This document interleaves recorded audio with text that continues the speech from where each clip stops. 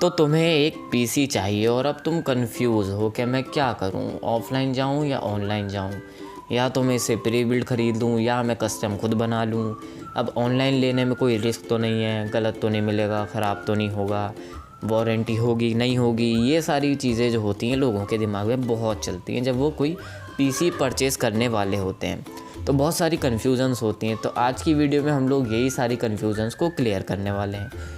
तो बिना time waste करे करते हैं वीडियो को शुरू। और अगर आप लोग चैनल पे नए आए हो तो आपको पता है सब्सक्राइब करना है और बेल आइकन को दबाना है। तो अब चलते हैं वीडियो की तरफ। तो पहले बात कर लेते हैं प्री बिल्ड पीसी और कस्टम पीसी दोनों के बीच में डिफरेंस क्या है। तो जो कस्टम पीसी है वो आप खुद से बनाते हो। खुद से बनाते मतलब क्या, खुद से असेंबल करते हो। जैसे आपने कंपोनेंट्स ख़रीद लिए, कहीं से ग्राफिक कार्ड ख़रीद लिया, कहीं से पावर सप्लाई ख़रीद लिया, कहीं से सीपीयू ख़रीदा, कहीं से मदरबोर्ड ख़रीदा, और सब ला के आपने इकट्ठा करा और उसे फिर असेंबल कर दिया अपने कैबिनेट के अंदर। ठीक है, अब आपको अगर नहीं आता है असेंबल करना तो मत करना, क्योंकि आपने सीपीयू कहीं से गलत लगा लिया तो जो पिन है उसकी वो मुड़ जाएंगी और फिर वो पैसे बर्बाद। और असेंबल करते में अगर आपसे मदरबोर्ड डैमेज हो गया तो उसके भी पैसे ख़राब। तो खुद से असेंबल तब मत करना जब आता नहीं है। तो पहले किसी को देख लो बनाते हुए या लोगों से सीख लो, जब आ जाए तब खुद से ट्राई कर सकते हो। ठीक है, तो आपको क्या करना है, कंपोनेंट्स खरीदे आपने कहीं से भी, ऑनलाइन गए ऑफलाइन गए, जहाँ पे भी कम प्राइस में आपको मिला वहाँ से परचेज़ किया, उसके बाद में उसे असेंबल करा। नहीं आता करना तो किसी से करवा लिया। और अगर आप लोगों को कस्टम पीसी बिल्ड करना है तो आपको चाहिए बहुत अच्छी खासी नॉलेज। अगर नॉलेज नहीं है तो मत करना, फिर आप प्री बिल्ड पे जाओ। लेकिन अगर नॉलेज है तब आप कस्टम पीसी को बिल्ड करो। और नॉलेज के लिए आपको क्या देना पड़ेगा, टाइम देना पड़ेगा अपना, क्योंकि आपको फिर पता होना चाहिए कि आपको क्या नीड है, मतलब किस काम के लिए आपको कंप्यूटर चाहिए, पहली चीज़। उसके बाद आपको ये पता होना चाहिए जो मुझे परफॉर्मेंस चाहिए वो कौन सा सीपीयू कम प्राइस के अंदर देगा, कौन सा मदरबोर्ड लगाऊं सीपीयू के लिए। और फिर ये पता होना चाहिए कि अगर मैं गेमिंग कर रहा हूँ तो गेमिंग के लिए मुझे कौन सा ग्राफिक कार्ड लगाना चाहिए, किस सीपीयू के साथ में, बॉटल नेक तो नहीं करेगा या करेगा। ये सारी चीज़ें पता होनी चाहिए। रैम के बारे में पता होना चाहिए, रैम कौन सी लेनी है, कितनी लगानी है, किस कंपनी की लगानी है। पावर सप्लाई, मदरबोर्ड लेते में बहुत लोग गलतियाँ करते हैं, बेकार सी VRM सेक्शन वाला मदरबोर्ड ले लेते हैं और फिर सोचते हैं कि भाई हमने तो सही मदरबोर्ड लिया है, B450 मदरबोर्ड है या B550 मदरबोर्ड है, लेकिन उसकी जो VRM सेक्शन है वो बेकार है, तो फिर वो किस काम का है। तो कस्टम पीसी बिल्ड करते में आपको इन सारी चीज़ों की नॉलेज होनी चाहिए। साथ ही में अगर ये आपको नॉलेज नहीं है और फिर भी आपको कस्टम पीसी बिल्ड ही करना है तो आपको टाइम देना पड़ेगा। अब बात कर लेते हैं प्री बिल्ड पीसी की। तो जो प्री बिल्ड पीसी होगा वो आप ऑनलाइन भी परचेज़ कर सकते हो, ऑफलाइन भी परचेज़ कर सकते हो। ऑफलाइन जाओगे कहीं पे तो आपको बोलना पड़ेगा कि मेरे को एक गेमिंग पीसी चाहिए, इतना इतना मेरा बजट है, तो वो आपको 3-4 पीसी दिखा देगा। एक के अंदर मान लो RX 570 ग्राफिक कार्ड है, एक के अंदर 1650 सुपर लगाया हुआ है, एक के अंदर मान लो 1060 ग्राफिक कार्ड लगाया हुआ है। तो आपको पता होना चाहिए वहाँ पे भी कि हाँ मेरे को जो गेमिंग चाहिए वो कौन सा वाला ग्राफिक कार्ड हो, कौन सा वाला CPU ज़्यादा अच्छे से दे सकता है। तो थोड़ी बहुत नॉलेज तो आपको प्री बिल्ड के लिए भी चाहिए, नहीं तो वो आपको ज़्यादा पैसों के अंदर बेकार सा पीसी पकड़ा सकते हैं। तो नॉलेज तो आपको दोनों ही जगह चाहिए, लेकिन कस्टम में नॉलेज थोड़ी ज़्यादा चाहिए, प्री बिल्ड में हल्की फुल्की नॉलेज होनी चाहिए।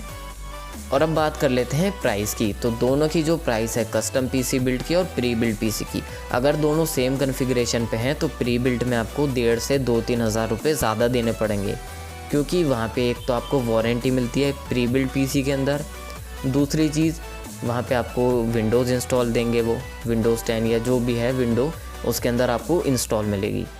तीसरी चीज़ वो उसको खुद असेंबल कर रहे हैं पीसी को।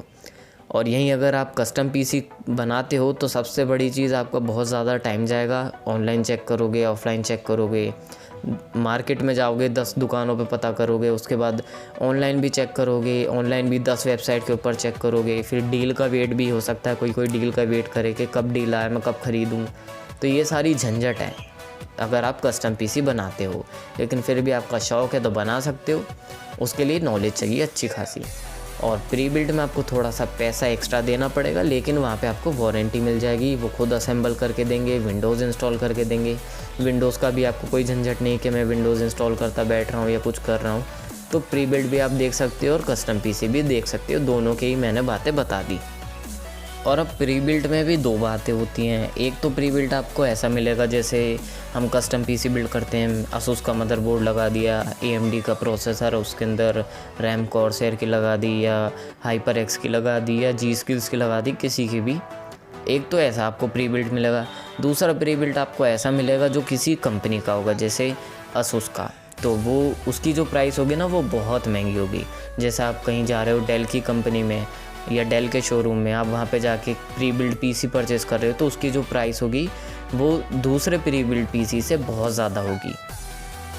और अगर आप लोग प्री बिल्ड पीसी परचेज़ करते हो किसी कंपनी से, जैसे कि डेल के शोरूम से, HP के शोरूम से, asus के शोरूम से, तो वहाँ पे आप अपनी चेंजेस नहीं कर सकती हो। जैसे कि आपने बोला कि इसमें 1650 सुपर की जगह 1660 सुपर लगा दो इसी पीसी के अंदर, तो वो चीज़ें वहाँ पे बहुत ही कम होगी। कुछ हो सकता है कि कर दें, लेकिन ज़्यादातर आपको यही होगा कि कोई चेंज करने वाला नहीं है। वो कहेंगे हाँ ये प्री बिल्ड पीसी है, यही मिलेगा।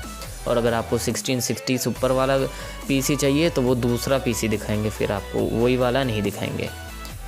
यही अगर हम लोग बात करें दूसरी वेबसाइट्स की या ऐसे प्री बिल्ड पीसी के जो किसी कंपनी का नहीं है, तो वहाँ पे आप लोगों को मौका मिल जाता है चेंजेस करने का। आप 1650 सुपर के जगह पे बोल सकते हो कि मुझे 1660 सुपर लगा के दो या RTX 2060 लगा के दो, तो उसके हिसाब से आपको पे भी करना पड़ेगा, लेकिन वो कर देंगे इतना तो।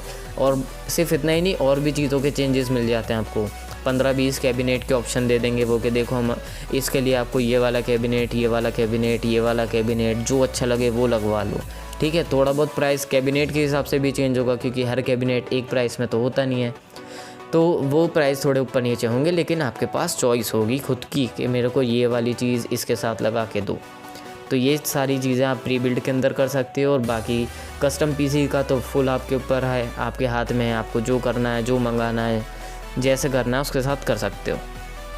और फिर भी अगर आप लोगों को शौक़ है कि नहीं मुझे तो कस्टम पीसी बनाना है, एक बार बना के देखना है कैसे बनता है, कैसे बनाऊंगा मैं, एक्साइटमेंट है, खुद से करना चाहते हो, तो उसके लिए नॉलेज तो चाहिए होगी। तो अब नॉलेज कहाँ से लें? तो नॉलेज के लिए गूगल बाबा हैं ही, और साथ ही में यूट्यूब भी है। तो आप यूट्यूब पे सर्च करो, ऐसे बहुत सारे चैनल है जो पीसी बिल्ड की वीडियोस बनाते हैं, तो उनको देख के भी आपको पता चल जाएगा कि कौन सा CPU कौन सा GPU अच्छा पेयर है, ठीक है, मदरबोर्ड कौन सा अच्छा है।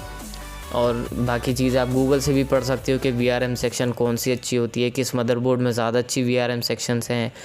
रैम तो सबको पता ही है, कॉर्सर की काफ़ी अच्छी रैम होती है, और बाकी रैम भी बहुत अच्छी होती हैं, लेकिन जो ज़्यादातर लोग प्रेफर करते हैं वो है कॉर्सर की रैम। और ऐसी बहुत सारी चीज़ें आपको वीडियोस के थ्रू भी पता चल जाएंगी, काफ़ी कुछ नॉलेज मिल जाएगी वीडियोस से भी, और बाकी नॉलेज आप गूगल से भी कर सकते हो। तो बस ये थी हमारी आज की वीडियो। उम्मीद करता हूँ आप लोगों को समझ में आ गया होगा प्री बिल्ड पीसी और कस्टम पीसी में क्या डिफरेंस है, क्या लेना है तो उसके लिए क्या करना पड़ेगा, क्या नहीं करना पड़ेगा, सब कुछ क्लियर हो गया होगा। अगर हुआ है तो कमेंट करके बता सकते हो, और चैनल पे नए आए हो तो सब्सक्राइब करो और बेल आइकन को दबाओ। तब मिलते हैं नेक्स्ट वीडियो में, बाय।